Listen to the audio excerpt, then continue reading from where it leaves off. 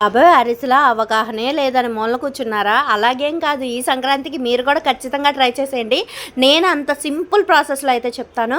మాకు 500కి 110 అరిసెలొచ్చినియి. నేతి అరిసెలు కూడా చేసుకున్నాం. నేనసలు అరిసెలంటేనే ఇష్టపడను. అలాంటిది మా వదిన చేసిన నేతి అరిసె ఉంటదండి. ఒక్కటి తింటే నోట్లో పెట్టుకొని కరిగిపోయేలాగా అంత టేస్ట్‌గా ఉంది. మరి మీకు కూడా చేసుకొని తినేయాలి అనిపిస్తుందా? మొదలుపెట్టండి ప్రాసెస్.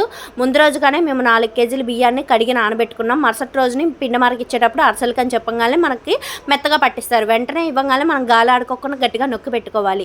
మేము 2 బెల్లం అయితే తీసుకున్నాము. దాన్ని చితక్ కొట్టేసి పొయ్యి మీద అయితే పెట్టుకోవాలి. అయితే చిన్న చిన్న ముక్కలుగా చేసుకోండి. పెద్ద ముక్కలుంటే టైం ప్రాసెస్ ఎక్కువ. అలాగే చెంబు వాటరే పోయండి. ఎక్కువ పోయొద్దు. ఎక్కువసేపు మరిగిపోద్ది. టేస్ట్ అనేది పోద్ది. అలాగే పాకం దగ్గరికి వస్తుంది అన్నప్పుడు నెయ్యను యాలకుల పొడి అయితే వేసుకోండి. ఫ్లేవర్ అండ్ టేస్టీగా ఉంటాయి. తర్వాత ఈ పాకాన్ని చూసుకుంటూ ఉండండి. మేము ఎలాగైతే చూపిస్తున్నామో అలా ఉండలుగా రావాలి. మేము 2 పార్ట్స్గా చేసాం. నెక్స్ట్ పార్ట్ చూసేయండి.